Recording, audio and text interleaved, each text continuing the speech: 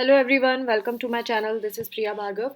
Today we are going to do part 3 of Unit 3, Block 3, MPCE 013, that is MAPC second year students who have opted for clinical psychology. This video is for you guys. Two parts are already made and their link will be available in the description section of this video. So kindly check the description section for the parts which are already covered. So this is the last part of this unit. यहाँ पे हम बात करने वाले हैं use of transference in couples therapy. Couples therapy में हम transference को कैसे यूज़ कर सकते हैं और ट्रांसफरेंस होता क्या है, काउंटर ट्रांसफरेंस क्या होता है, ये सारी चीज़ें हम इसमें समझेंगे. सो ऑब्जेक्ट रिलेशंस अप्रोच के अकॉर्डिंग ये माना गया है कि जब हम ऑब्जेक्ट रिलेशन थेरेपी में देखते हैं तो इंसान ना ऑब्जेक्ट को इंटरनलाइज कर लेता है. मतलब कि उसका जो जिस भी फिगर से उसका अटैचमेंट होता है या उससे वो डिसअपॉइंटेड होता है, उसको वो इंटरनलाइज करके रखता है. किसी भी रिलेशनशिप में हो सकता है, मदर के साथ हो सकता है, फादर के साथ हो सकता है, या कोई केयर गिवर भी हो सकता है जिस पे वो उसका कुछ फीलिंग्स होती है उस पर्सन से related. Maybe it can be some complaint, it can be love, affection, attachment, किसी भी कुछ भी तरीके का एक रिलेशन होता है उस पर्सन से जो चाइल्डहुड के टाइम पे होता है. बट इंसान जब बड़ा होता जाता है तो वो जो रिलेशनशिप जिस तरह से वो चाहता था उस रिलेशनशिप को, वो उधर बचपन में नहीं बन पाई. तो वो अब जो प्रेजेंट रिलेशनशिप है उस पे वो इम्पोज करने लगता है या उससे एक्सपेक्ट करने लगता है. और वही कॉन्फ्लिक्ट का कारण बन जाता है अगर वो सामने वाला जो उस रिलेशनशिप में पर्सन है वो उसको उस तरह से रेसिप्रोकेट नहीं करता जैसा वो एक्सपेक्ट करता है. So that is object relations theory. So इसमें इन्होंने यही बताया है कि जो पर्सन है, जो उसका रिलेशनशिप है उस ऑब्जेक्ट के साथ, उसका जो उसने इंटरनलाइज किया हुआ था उस रिलेशनशिप को, वो उसको ट्रांसपोज कर देता है अपने इंटरपर्सनल रिलेशंस जो होते हैं उसमें. इंटरपर्सनल मतलब किसी और के साथ जो रिश्ते हैं, वो कोई भी हो सकता है. बच्चा हो सकता है, फ्रेंड हो सकता है, एम्प्लॉयर हो सकता है, या कोलीग हो सकता है, या कोई और भी थेरेपिस्ट भी हो सकता है इनफैक्ट. सो किसी के ऊपर वो एक्सपेक्ट करने लगता है. इसको हम प्रोजेक्टिव आइडेंटिफिकेशन भी कहते हैं.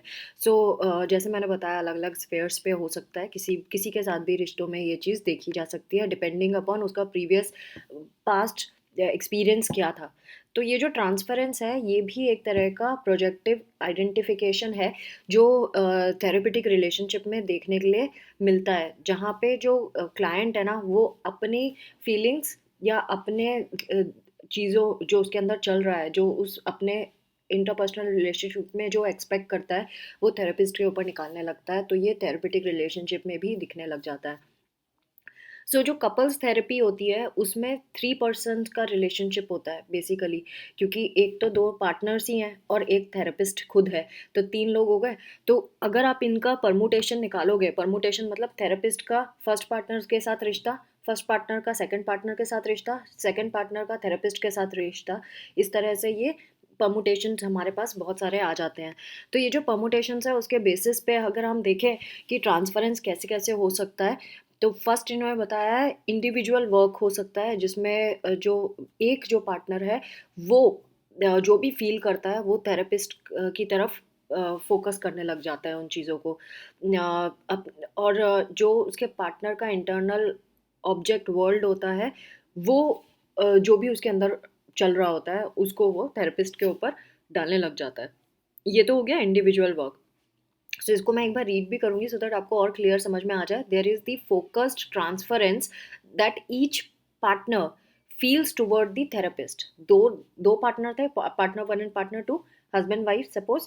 तो हस्बैंड का थेरेपिस्ट से एंड वाइफ का थेरेपिस्ट से, based on that partner's internal object world.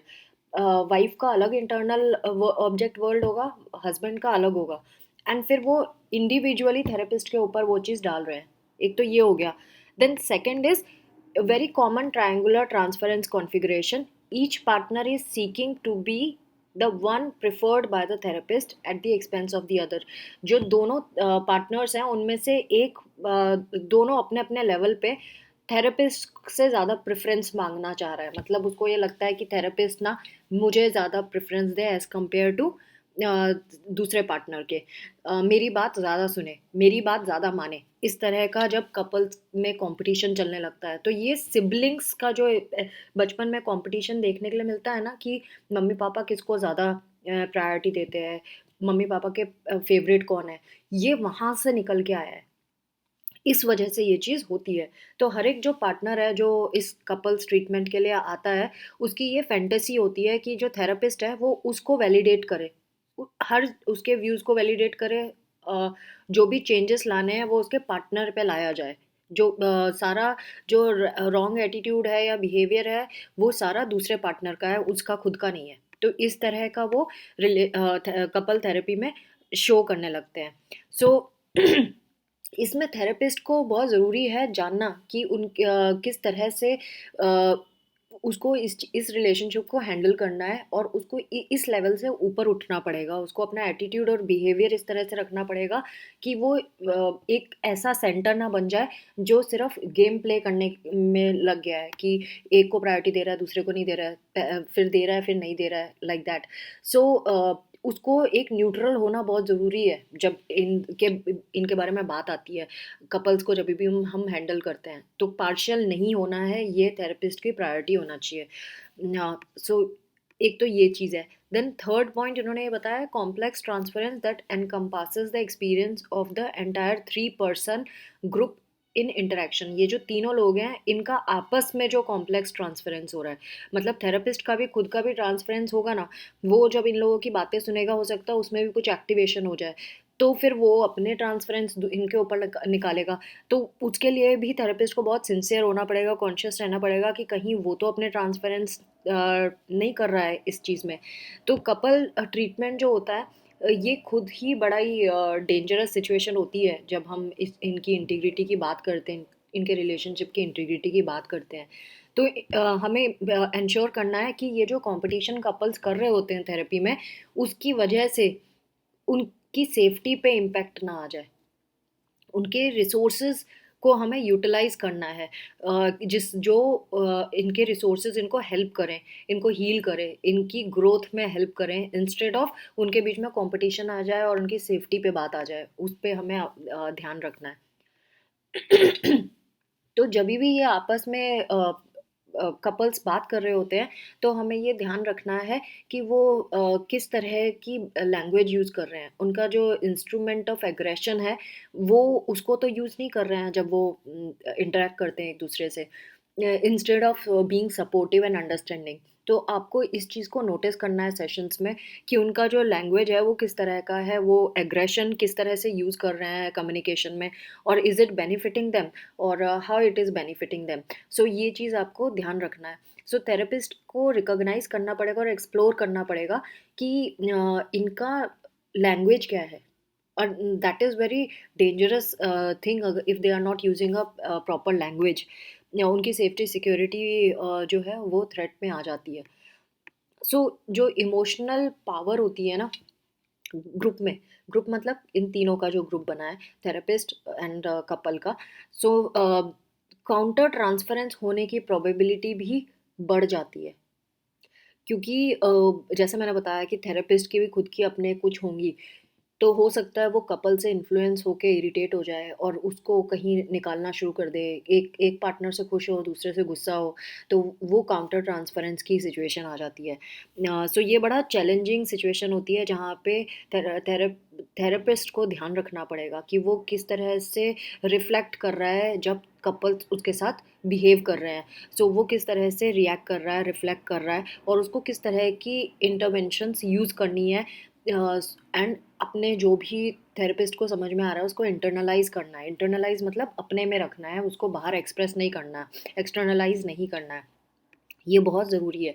फिर जो थेरेपिस्ट है, मे बी ये भी नोटिस हो सकता है कि जब आप थेरेपी कर रहे हो तो दोनों ही है, कपल में दोनों जो पार्टनर्स हैं वो साइलेंस मोड में चले गए हैं, ऑल बिकॉज थेरेपिस्ट ने कुछ एक्सप्रेस कर दिया जो ठीक नहीं है, जो नहीं करना चाहिए। सो या फिर कहीं ऐसा तो नहीं है कि जो कपल्स हैं वो उनको ये थेरेपी सब सुपरफिशियल लग रही है, it is not helping them at all. तो ये चीज़ ना छुपाने से अच्छा या नकली हमेशा बने रहने से अच्छा ये है कि थेरेपिस्ट को ये पूछ लेना चाहिए सेशंस के एंड में कि उनको थेरेपी में क्या बेनिफिट हुआ, क्या वो उनको लगता है कि थेरेपी उनको हेल्प कर रही है। तो इस तरह के क्वेश्चनिंग थेरेपिस्ट को करते रहना चाहिए। अगर कोई चीज़ इनफेक्टिव है तो ये भी कपल से डिस्कस करना चाहिए कि what is that which they are seeing as ineffective in the therapy. So इस तरह से थेरेपिस्ट को भी हेल्प मिलती है, और वो अपने सेशंस में क्या ध्यान रखना है वो रख सकता है, और उसके जो फियर है वो भी फिर हट जाएंगे। सो अगर थेरेपिस्ट का जो फोकस है या एफर्ट जो है वो बिल्कुल ऐसा है जो बिल्कुल काम नहीं आ रहा सेशंस में, तो कोई बेनिफिट नहीं है इस थेरेपी का, कपल थेरेपी का। सो थेरेपिस्ट को अवेयर होना पड़ेगा कि उसके पर्सनल रिएक्शंस क्या हैं, and is it serving them और is it creating problem in the couple. So वो चीज़ ध्यान रखना पड़ेगा। फिर जब ट्रांसफरेंस होता है थेरेपिस्ट की तरफ से, सो ये बहुत वैल्यूएबल अपॉर्चुनिटी होती है ये एग्जामिन करने की कि मैरिटल रिलेशनशिप में किस तरह से आगे बढ़ना है, इस रिलेशनशिप के लिए जो आए हैं कपल, उनको किस तरह से आपको हैंडल करना है। सो ट्रांसफरेंस से आपको ये बेनिफिट हो सकता है। हियर एंड नाउ जो सेशन का होता है उस पर ज़्यादा वर्क करना है। इन दी मोमेंट एग्जामिनेशन आपको करना है कि किस तरह से इनके बीच में बिहेवियर है और किस तरह से उसके ऊपर वर्क करना है, उनके बिहेवियरल चेंजेस क्या क्या लाने हैं उनको एट दी मोमेंट बताना पड़ेगा। बाद में जाके आप उन्हें बोल दो कि बाद में तुम कर लेना, इसके ऊपर ये काम कर लेना, तो नहीं होने वाला है। सो उसी सेशन के टाइम पे ही आपको आइडेंटिफाई करने पड़ेंगे फॉल्सीफाइंग और false behaviours. So here and now approach beneficial होती है इस तरह की थेरेपी में, एंड ये अपॉर्चुनिटी भी होती है कि हम जानें कि कहाँ पे काउंटर ट्रांसफरेंस हो रहा है थेरेपिस्ट का, और कैसे सेशन में क्या चीज़ें हैं जो एड्रेस करना ज़रूरी है। जैसे कि अगर क्लाइंट आपके ऊपर ट्रांसफरेंस शो कर रहा है, मतलब थेरेपिस्ट के ऊपर ट्रांसफरेंस शो कर रहा है, तो आपको एड्रेस करना ज़रूरी है कि ये प्रॉब्लमेटिक नेगेटिव ट्रांसफरेंस है, जो इशू है, और इस पे they need to work. Instead कि आप इंटरनलाइज करो और बाद में फिर आप उनको बोलो कि हमने ऐसा नोटिस किया था और आपने वर्क क्यों नहीं किया। फिर इन्होंने एक केस स्टडी दी है जो मैं ओवरऑल पूरा नहीं रीड करने वाली हूँ, मैं रफली बताने वाली हूँ। तो ये त्रिवेदी एंड तुलसी की है। ये दोनों हस्बैंड वाइफ हैं, एंड जो सेशन है वो उसमें देखा गया है कि जो फीमेल थेरेपिस्ट रहेगी इसमें, और त्रिवेदी है उसकी मदर, यह त्रिवेदी इज़ अ मेल। तो त्रिवेदी जो है उनकी जो मदर है वो एक्सपायर हो चुकी है, और वो अब कन्वर्सेशन जो कर रहा है वो कन्वर्सेशन इन्होंने पूरा डायलॉग वे में दी हुई है कि क्या क्या हुआ है। सो तुलसी जो उनकी वाइफ है त्रिवेदी की, उसके बारे में बता रहे हैं कि कैसे ये दोनों के बीच में रिश्ते, हस्बैंड वाइफ के बीच में रिश्ते, त्रिवेदी एंड तुलसी के बीच में रिश्ते जो हैं वो दूर हो रहे हैं, और ये तुलसी को बहुत हर्ट करता है। फिर थेरेपिस्ट का रिएक्शन बताया है, वो पूछती है कि बार बार, जैसे इसको पैराफ्रेजिंग कहते हैं, जब ये थेरेपिस्ट का डायलॉग है ना, your relationship is falling apart question mark. तो ये इसको पैराफ्रेजिंग कहते हैं कि जो सामने वाले ने बोला है उसी के वर्डिंग में उसको रिपीट करके पूछना। तो फिर एक तो ये पैराफ्रेजिंग आपको पता होनी चाहिए कि सेशंस में की जाती है, so to clarify what your client is saying. फिर तुलसी का फिर से बताया है कि किन के बीच में, इन दोनों के बीच में इस तरह से। फिर त्रिवेदी जो उसका हस्बैंड है वो भी यहाँ पे आता है कि वो फिर अपने बारे में बताता है कि उसकी मदर को लूज़ कर दिया उसने, और कितना उसको बुरा लग रहा है अपनी माँ को लूज़ करके, एंड वो बहुत अलोन फील कर रहा है। ये लॉस ऑफ जो उसकी फीलिंग है, ग्रीविंग हो रही है, बेसिकली ये ग्रीफ में है। सो तुलसी के साथ भी उसको लोनली ही फील होता है। तो इस तरह से वो अपने बारे में एक्सप्रेस कर रहा है कि उसको कैसा लगता है, और उसको होप भी नहीं है कि कुछ आगे ठीक हो पाएगा, और उसको नहीं पता कि आगे क्या करना है। फिर थेरेपिस्ट सुन रही है, थेरेपिस्ट ने कुछ ना कुछ एक्सप्रेशन देना है, सो दैट वो एक्टिव लिसनिंग का पार्ट होता है जहाँ पे आप बीच में थोड़े से एक्सप्रेशंस देते हैं, और उनके सपोर्ट में देते हैं। आपको ऐसी रैंडम ओवरऑल नकली शो ऑफ नहीं करना, आपको उनके भाव को समझ के रिएक्ट करना है। फिर त्रिवेदी ने आगे भी बताया कि कैसे वो किस तरह कितना बुरा और कितना दुखी फ़ील करता है, और किस तरह से वो ग्रीटिंग कार्ड्स, बिज़नेस स्टफ़, इन सब के बारे में बता रहा है कि कैसे वो टाइम स्पेंड किया करता था, एंड बहुत ही अलोन फ़ील कर रहा है, ये सारी चीज़ें बताता है। फिर थेरेपिस्ट उसको बताती है कि तुम किस तरह, उससे पूछने की कोशिश करती है, इंक्वायर करने की कोशिश करती है कि वो किस तरह से ग्रीव कर रहा है, कि अलोन फ़ील करता है इसलिए ग्रीव कर रहा है, या मदर के बिना कर रहा है। तो फिर वो बताता है कि वो दोनों की वजह से सैड फ़ील करता है। फिर थेरेपिस्ट उससे फिर पूछती है, क्या तुम बहुत क्लोज़ थे अपने ग्रीफ में? Right now you seem very closed inside your grief, मतलब तुम ग्रीफ में घिरे हुए हो। तो वो बताता है यस। तो इस तरह से क्या हो रहा है कि थेरेपिस्ट जो है वो क्लाइंट को ये बता रहा है कि वो समझ रहा है, एम्पैथेटिक हो रहा है ना? तो इसमें इस स्टेटमेंट में थेरेपिस्ट की एम्पैथी रिफ्लेक्ट होती है। फिर थेरेपिस्ट आगे उसमें उससे फिर सवाल जवाब करके पूछती है डिटेल में, क्या बहुत कॉम्प्लिकेटेड ग्रीफ है? फिर तुम्हारी रिलेशनशिप मदर के साथ कैसी थी, सेटिस्फाइंग थी कि कॉम्प्लिकेटेड थी, वो सब पूछने की कोशिश करती है ग्रीफ के बारे में। तो फिर त्रिवेदी अपने फ्यू इयर्स के बारे में बताता है कि माँ के पास कैसे वो रीच आउट हुआ था, वो क्रिटिकल पर्सन थी, आसानी से बात करना मुश्किल था उनके साथ, है ना? और वो अ, हमेशा क्रिटिसाइज़ जैसा फ़ील होता था उसको।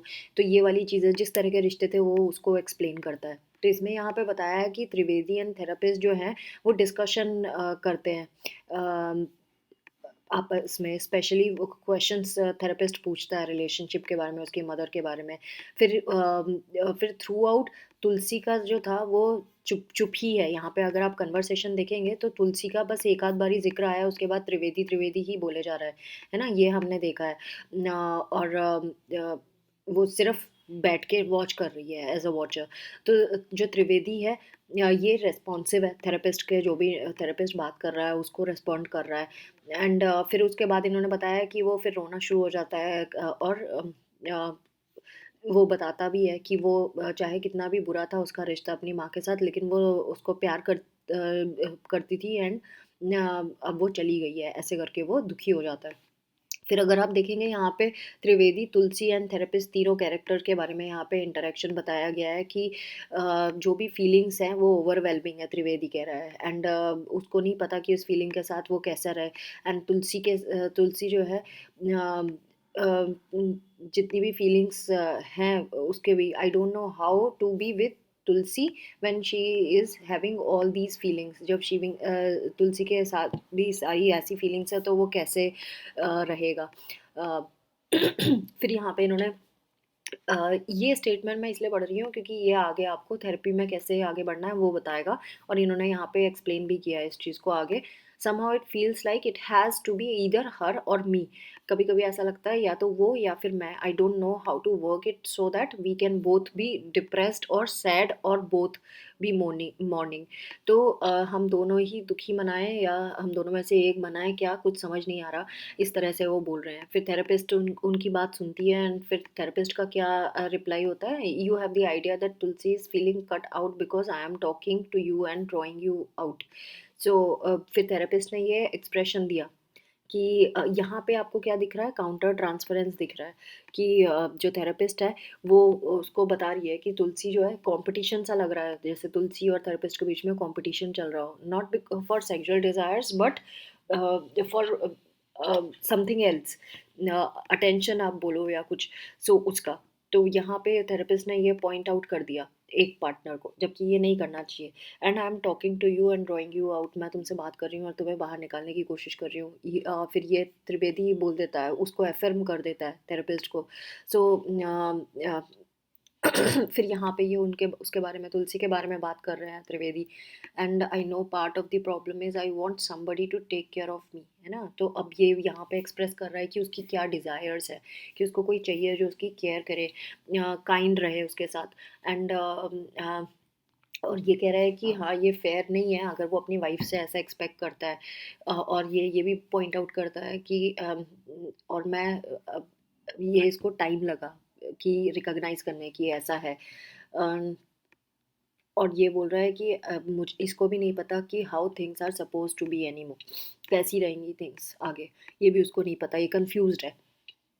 तो इस पूरे सेशन में इन्होंने बताया कि therapist has been acutely aware of Tulsi's conspicuous silence, जो वो छुपाव वाली साइलेंस है ना, उसके बारे में थेरेपिस्ट क्या है, अवेयर है। एंड उसको वो ये भी देख रही है कि तुलसी कोई कुछ चीज़ों में इन्वॉल्व नहीं हो रही, जो भी बातें हो रही हैं उसमें वो चुपचाप साइलेंट ऑब्जर्वर है। तो थेरेपिस्ट जो है वो इरिटेट फील कर रही है तुलसी से, क्योंकि तुलसी ने रेस्पॉन्ड नहीं किया। और ये जो चैनल ऑफ कम्युनिकेशन ओपन हुआ है त्रिवेदी के साथ, तुलसी को इग्नोर करके, तुलसी के जो भी एफर्ट्स नहीं लग रहे हैं उसको इग्नोर करके, वो उसको अंडरमाइन कर रही है थेरेपिस्ट। मतलब वो अटेंशन दे रही है त्रिवेदी को फुल्ली, और तुलसी के बिहेवियर से इरिटेट हो रही है। तो ये काउंटर ट्रांसफरेंस है, जैसे मैंने बताया था, जो कपल्स में देखने के लिए मिलता है। सो ये जब भी कपल थेरेपी करते हैं तो काउंटर ट्रांसफरेंस थेरेपिस्ट की साइड से प्रोबेबल है कि होता है। और वो फिर इस चॉइस में भी ज़्यादा फंस गई कि वो किसकी तरफ जाए, एक की तरफ जाए कि दूसरे की तरफ जाए। तो जो पार्टनर है जिसको थेरेपिस्ट की अटेंशन नहीं मिल रही है, वो साइलेंट ही रहेगा। एंड जो इंटरेक्शन है, उसकी जो क्वालिटी है उस पर भी ध्यान देना पड़ेगा, कि एक के बाद एक वो टर्न ले, गिव एंड टेक का। एंड वो फिर कैसे एक्ट आउट कर रही है, aware that she was acting out her own counter transference irritation, the therapist decided to shift to interpretation.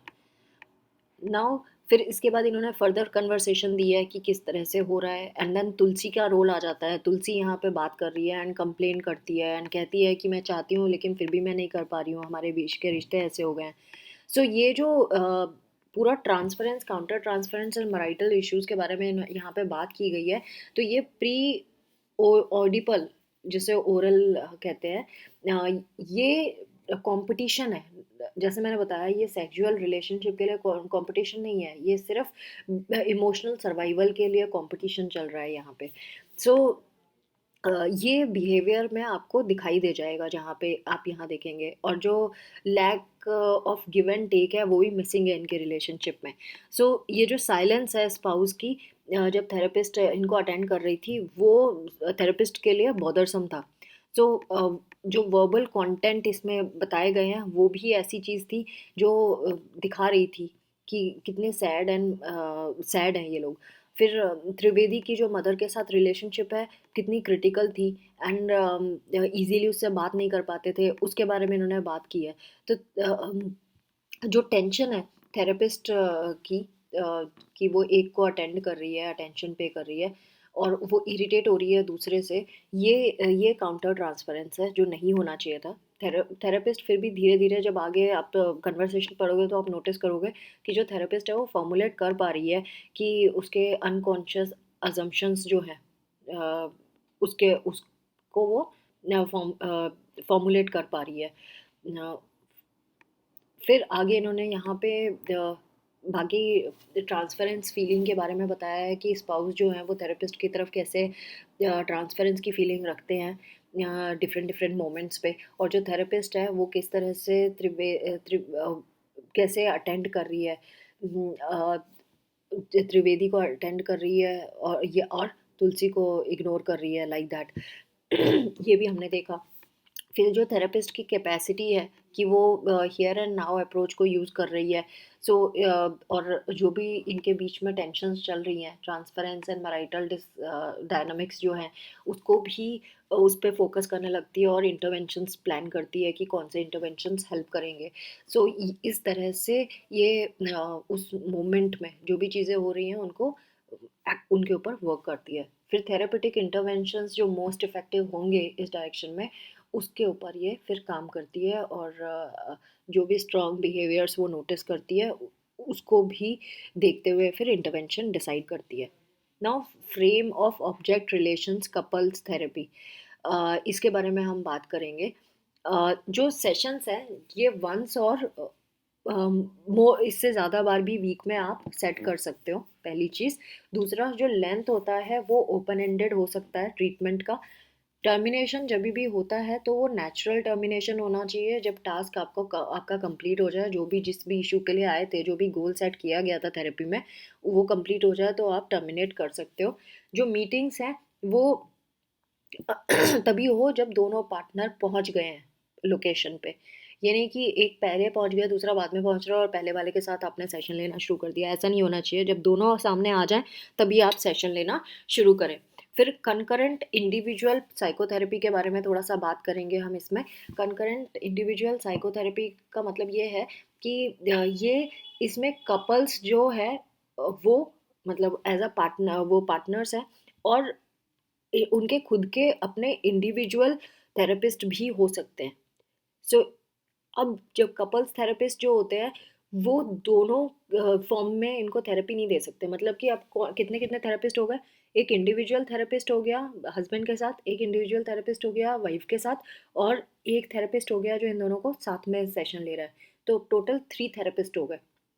तो लेकिन ऐसा नहीं कर सकते कि जो कपल थेरेपिस्ट है वो ही दोनों में से किसी एक का इंडिविजुअल थेरेपिस्ट बन जाए। दिस इज़ रॉन्ग, ऐसा नहीं होना चाहिए।